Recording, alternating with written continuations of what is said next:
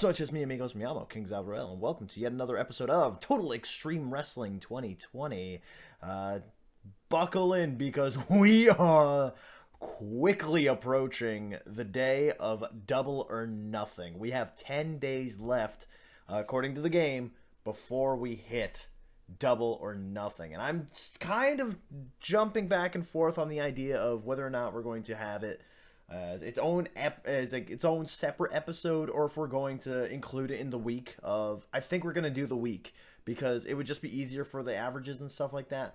But I'll figure it out as we get there. But for right now, let's focus on AEW Dark as we are going to jump right in. We're going to book the hell out of AEW Dark.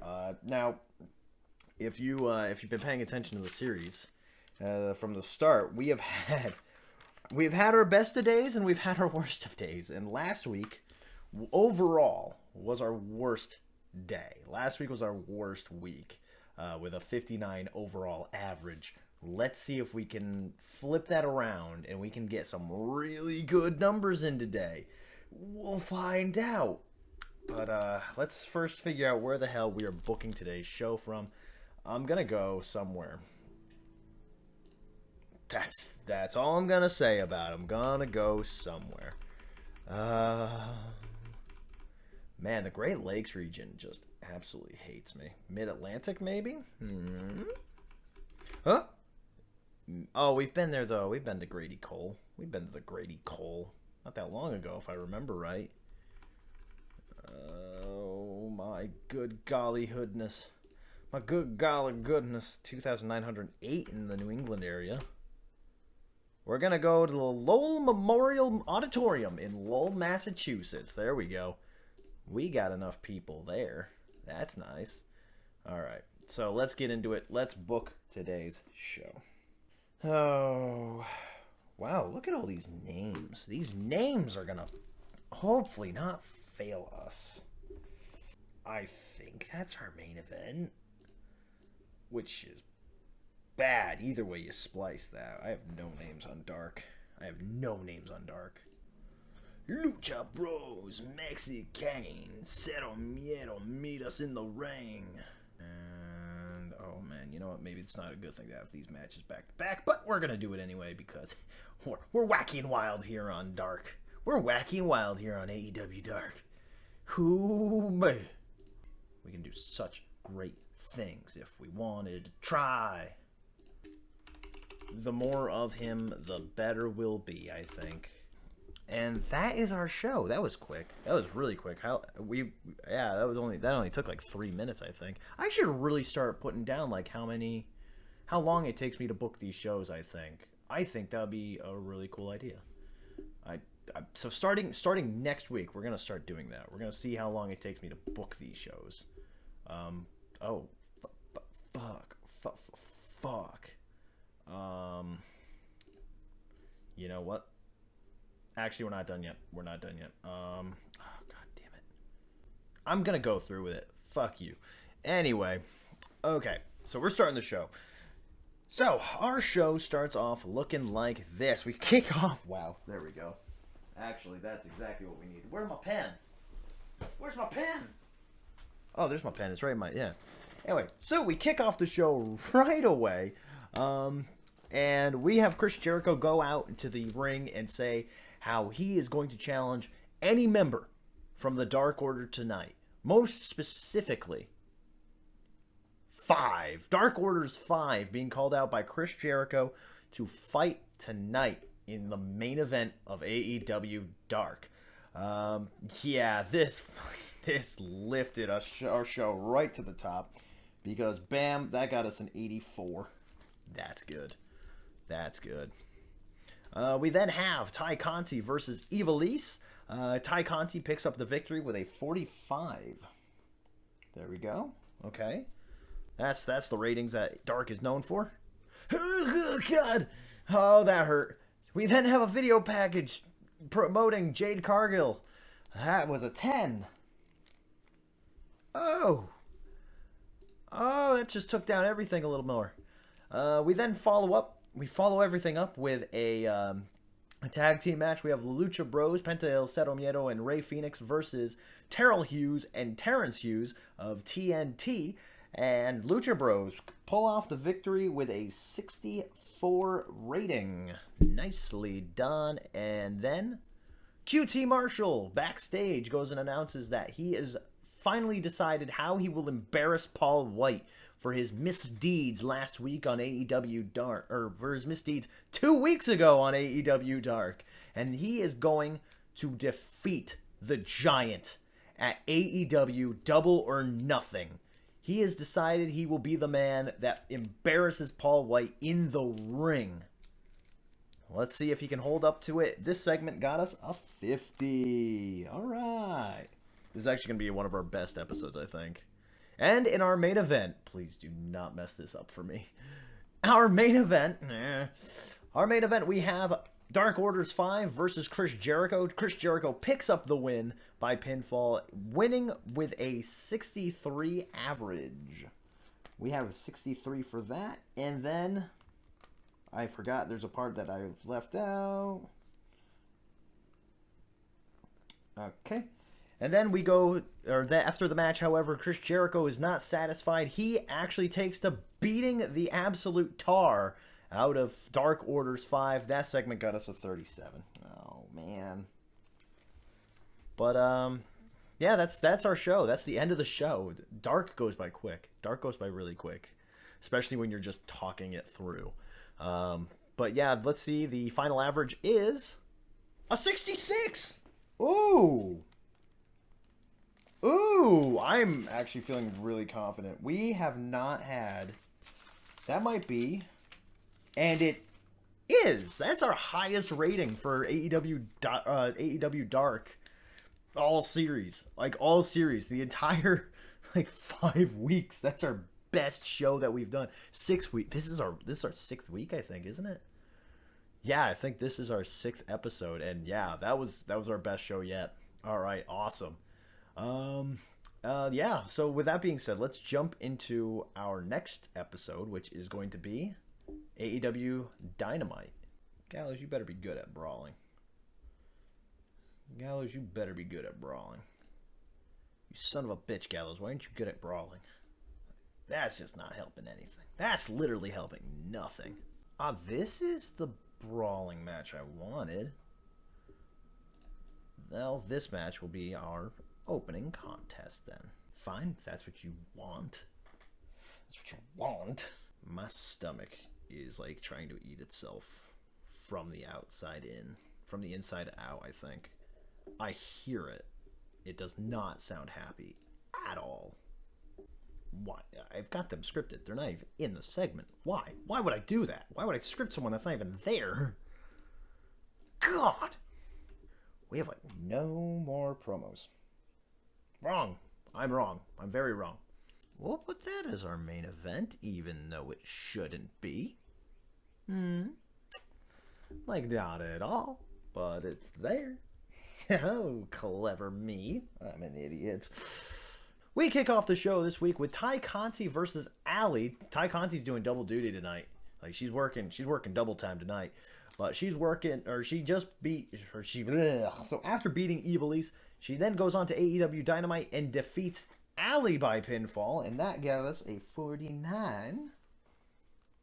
Where to put it? There it is. It's not in order on the paper, so it's just, I write it down, and then I just go and say, this would go cool, here maybe, sure, why not? And then hope for the best. After that match, we go backstage where Dustin Rhodes is standing by with a microphone where he goes and says, Carl Anderson, last week on Elevation, he got redemption. He got his win back from Carl Anderson, but it's not good enough. In fact, Dustin Rhodes proposes a final challenge, a rubber match. He wants Carl Anderson one more time. That got us a 64. Where the hell did it go? It's there again. Near the top where the other Rhodes thing is, the contract signing. So it was the first two things I booked for this show. We head back into the ring where we have Eddie Kingston versus Bear Boulder. Eddie Kingston picking up the win. Giving us a 54 rating on that segment. Okay, we got a lot of our smaller stuff on the top of the card, and that's good. It's a gradual build up. Small stuff at the beginning, big stuff at the end. That's what I think is brilliant about what I do. Oh shit! I didn't expect that. Okay then. Okay then. All right. So, whew. MJF goes down to the ring and he grabs a microphone because MJF is just most comfortable when he's flapping his mouth about whatever. MJF goes down to the ring and he starts saying how bad he wants Sting. He wants Sting to come out and accept his challenge like the supposed legend that he is. Because whenever he sees Sting now, all he can think about is the day that he embarrassed him. That's it. That's all he can imagine. An entire legacy tarnished by one moment caused by MJF. And that's when the lights go out. Wardlow and MJF in the ring when Sting comes out from the rafters, baseball bat in hand, takes out Wardlow, and then aims down at MJF. MJF sprints out of the ring like a scalded dog, and that segment got us an 86. Woo-hoo-hoo-hoo. Man, Sting returns. Sting returns tonight, and delivers big. Holy hell! I already made this segment for that. We then go back, or then we go after the ring clears out. We remain in the ring with a match between Hangman Page and Orange Cassidy. People still trying to gain momentum, heading towards Double or Nothing's Casino ladder match. I'm so bad at every week. I mess this name up, and I don't think I'll ever get it right on the first try. But anyway, we have Hangman Page versus Orange Cassidy. Hangman Page picking up the victory, giving us a 70 on that one. Apparently, we had our rating spike in the middle. We then go backstage where Tully Blanchard is back there. He's hyping up the big dream match. Who is the best tag team in the world? The fans want to ask the question, but Tully Blanchard knows the answer, he says. He says that Cash Wheeler, Dax Hardwood, that is the true best tag team in the world. You go look at New Japan. You go look at GCW. You look at Ring of Honor, Impact Wrestling. There is no tag team better than FTR. That segment got us a 73. You know, I gotta say, these so it gives me little notes on the segments and stuff, and they really got to figure this thing out because Tully Blanchard gives us a 73 off this promo, and it says Tully Blanchard underperformed. The other one said MJF doesn't perform well with improv, but 86 says he does. We then go back to the ring. This is going to be like an epic night of AEW Dynamite. Just wait and see. We go back to the ring where we have Brian Cage versus Pac versus Scorpio Sky. And what a match we have here, because Pac picks up the win, gaining some more momentum heading towards the casino ladder match. And that segment got us a 78. Woo-wee. We're killing it tonight. By the way, I think... Does New Japan have a show? I don't think New Japan has a show. Oh, New Japan does. New Japan has 4 shows this week, so I'm really, hoping to God I can, beat them this week. Oh, man. We go backstage once again. Nick Jackson and Matt Jackson, the Young Bucks now, talking about their upcoming match with FTR as they go and say... Tully Blanchard wants to bring up all these different companies and everything. How FTR has gone from laughing stocks in other companies, where one tag team has remained the best tag team since FTR's little stint in Stamford, Connecticut. and that would be the Young Bucks. The Young Bucks have been lighting up the Indies, Ring of Honor, New Japan, all those companies, and have always proved that they're the best tag team in the world. And at AEW Double or Nothing, they're going to prove it once again when they beat FTR. That segment got us a 74.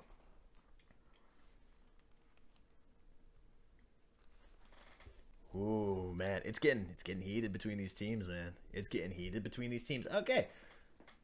So we take our ratings down a little bit because we then go back into the ring where Dr. Britt Baker, DMD, faces off against Serena Deeb, and Britt Baker wins by submission, cementing us with a 51 rating on that match. Not bad, not bad. I think I've learned my mistakes. I think what I need to do is I need to put the women in more matches because it seems like they're outperforming their like promos and stuff. So matches, that's what we need. That's just what we needed the whole time. It's like an epiphany almost. Almost. Maybe we'll find out. Oh, okay. Here we go. Anyway, we then go backstage where Awesome Kong lays out the challenge to Riho and Hikaru Shida.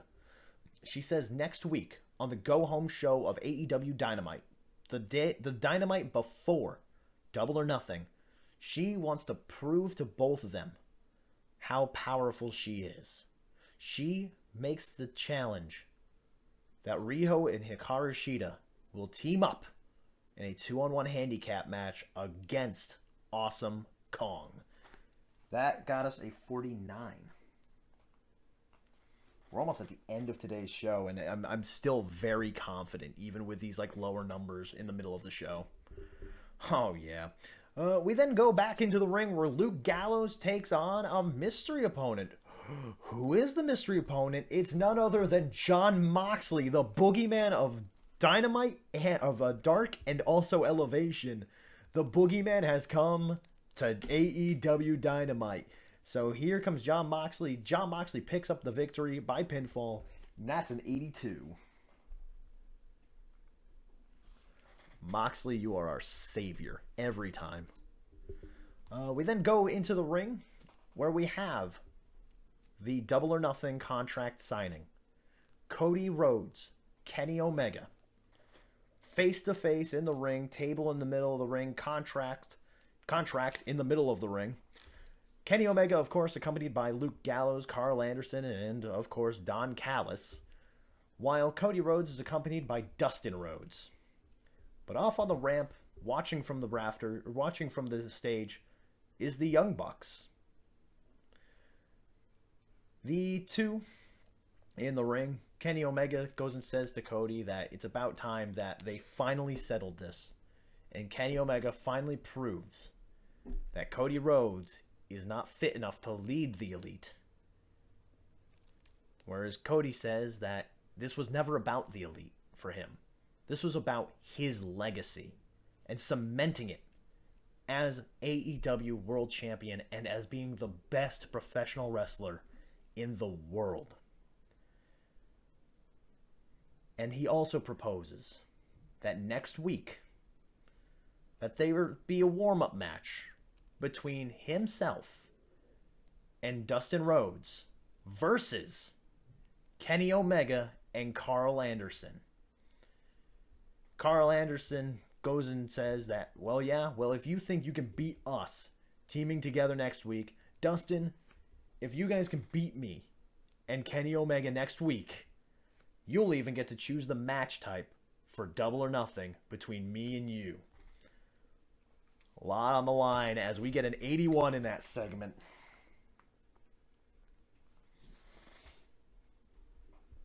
Double or Nothing's looking unpredictable. Like, even to me. And I know how it ends. We then go into our next match, which is Darby Allin versus a mystery opponent for the TNT Championship. The mystery opponent can be anyone from around the world, from any company. They can be contracted, they could be a free agent. It doesn't matter who you are. But this week it's Impact Wrestling's Ken Shamrock, and Darby Allin picks up the victory, defending his championship for a 7th time, and that segment got us a 60.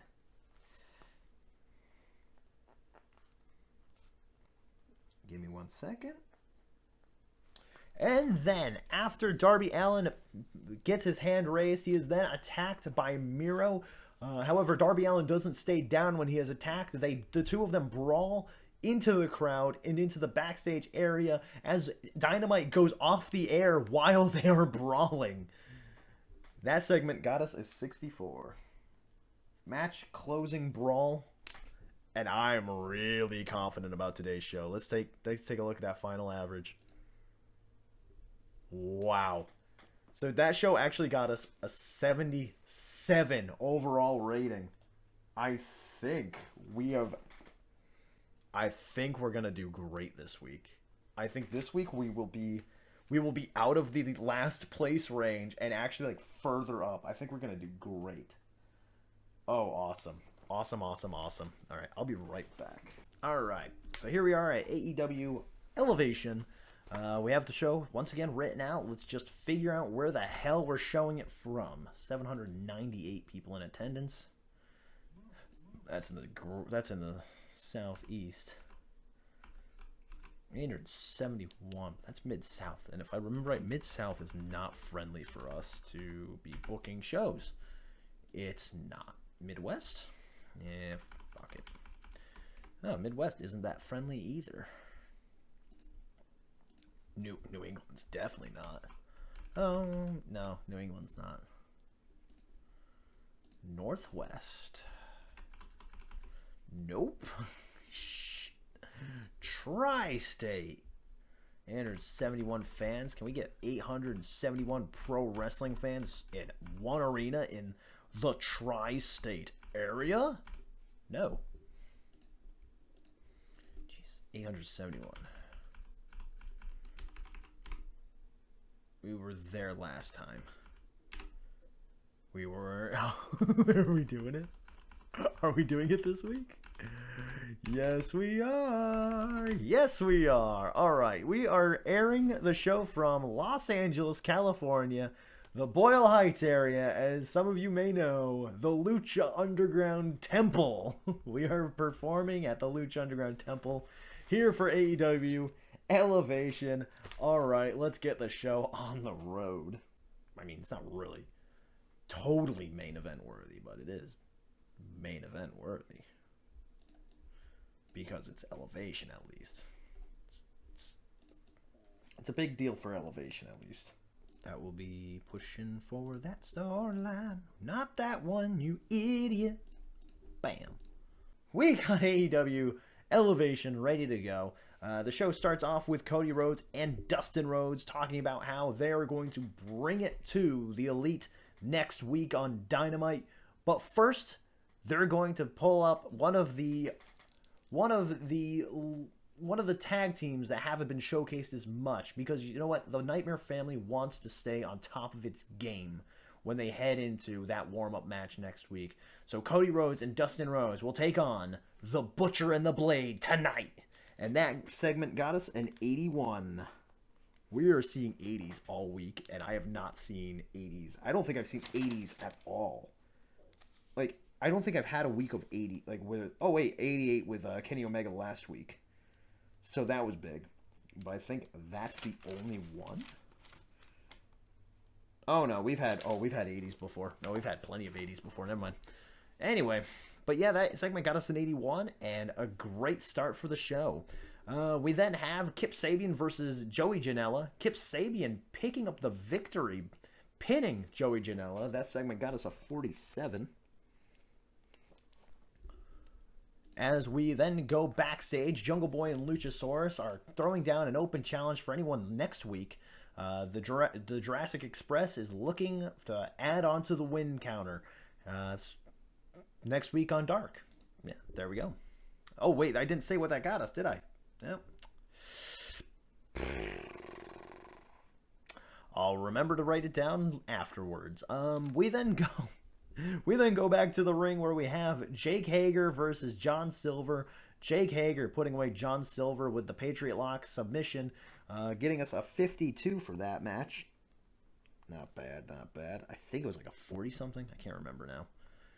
We then go backstage once again where Paul White is now cutting a promo on QT Marshall saying, QT, if you want a match with me at Double or Nothing, you've got it, buddy. I can take a couple of minutes out of my busy schedule to make sure that I can get another win here in AEW. And that was a segment that was worth a 50 average.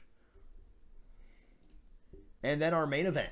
Cody Rhodes and Dustin Rhodes versus the Butcher and the Blade. Nightmare Family versus Butcher and the Blade.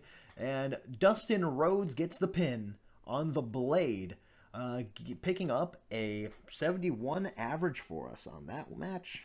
Nicely done. And that was our main event. So let's take a look at the final score. We got a 62.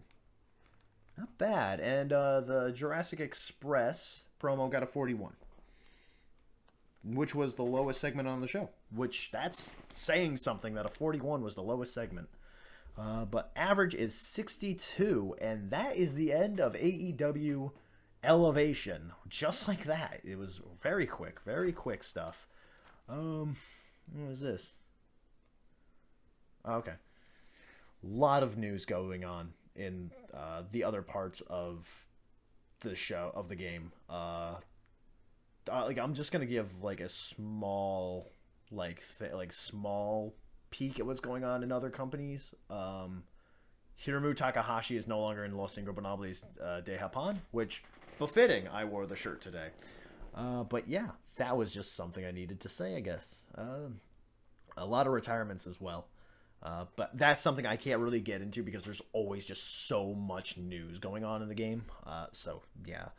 But there you have it. We have all of our shows done. So let's take a look at the global and regional averages for this week, and we'll see where AEW lands this week.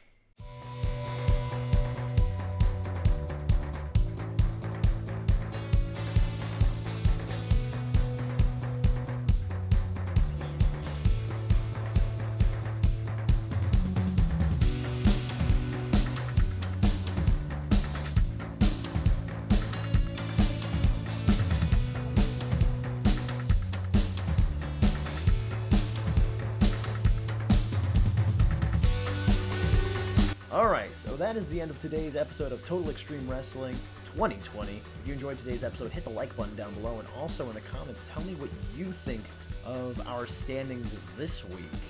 I haven't done the math at the moment, but I'm sure that it says that AEW is number one. Never ever stopped being number one. I'm sure I run the show better than anyone else, and if I am not running the show, it's the fans' fault.